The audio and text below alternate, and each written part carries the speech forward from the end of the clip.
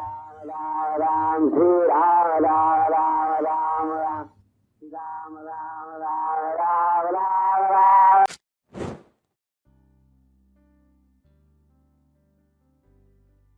जय श्री राम दोस्तों, कैसे हैं आप सब। स्वागत करता हूं आप सबका एक नए अंक में, एक नए एपिसोड में अपने YouTube चैनल स्टोरीज ऑफ बाबा नीम करौली, जहां मैं आप लोगों के साथ शेयर करता हूं बाबा नीम करौली महाराज की जीवनी, उनके कुछ किस्से और कुछ अद्भुत चमत्कार। दोस्तों, कहते हैं कि महाराज जी साक्षात हनुमान जी के अवतार थे और महाराज जी के कई भक्त जो है उन्हें हनुमान जी के अवतार के रूप में ही पूजते हैं और उन्हें हनुमान जी के अवतार के रूप में ही मानते हैं। लेकिन कहते हैं ना दोस्तों, जो व्यक्ति जिस तरीके से भक्ति करता है और जिसकी भक्ति करता है उसे ईश्वर अलग अलग रूपों में दिखाई देते हैं। और क्योंकि ईश्वर एक ही रूप है और सब ईश्वर एक ही है, इसीलिए जो व्यक्ति जिस भगवान की पूजा करता है, जिस ईश्वर की पूजा करता है, जिस रूप की पूजा करता है, उसे सब में वही रूप दिखाई देता है।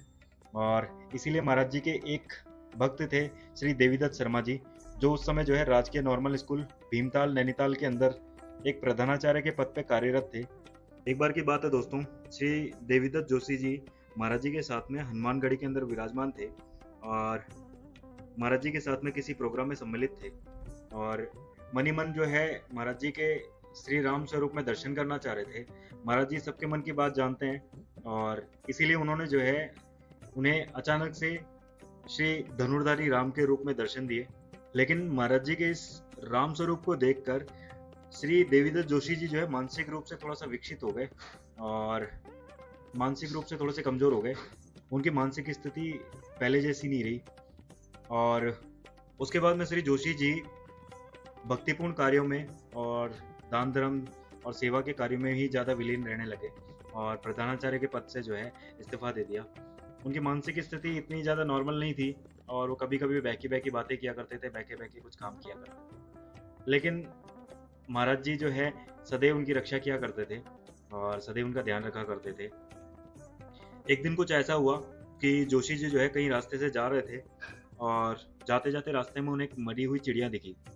उस मरी हुई चिड़िया को उठाकर उन्होंने एक रुमाल के अंदर रखा और उसे तुरंत अपने जेब में रख लिया।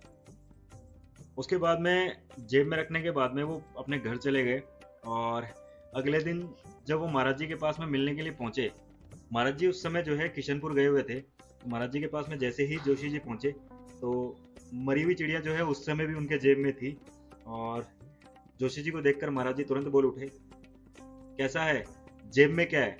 और महाराज जी का सवाल सुनकर जो है इधर जोशी जी ने जवाब दिया कि गिरफ्तार कर रखा है और ऐसा कहते हुए अपनी जेब पे हाथ लगाया और अपना रुमाल निकालने लगे।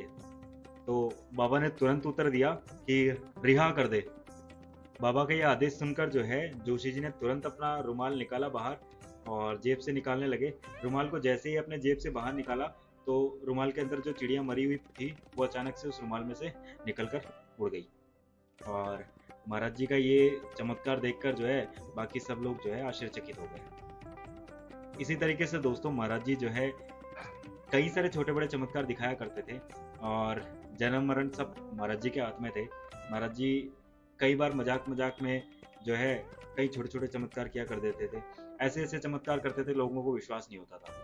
तो जब उस मरी हुई चिड़िया के बारे में पता लगा लोगों को कि महाराज जी के सामने जोशी जी ने जो है मरी हुई चिड़िया जेब में रख रखी थी और वो जैसे ही रुमाल से निकाली तो वो चिड़िया तुरंत जीवित होकर उड़ चली। तो इस तरीके से दोस्तों महाराज जी कई बार ऐसे ऐसे चमत्कार दिखाते थे जो विश्वास करने लायक होते नहीं थे।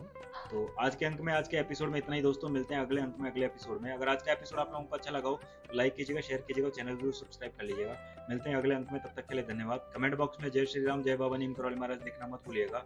जय श्री राम, जय बाबा नीम करौली महाराज।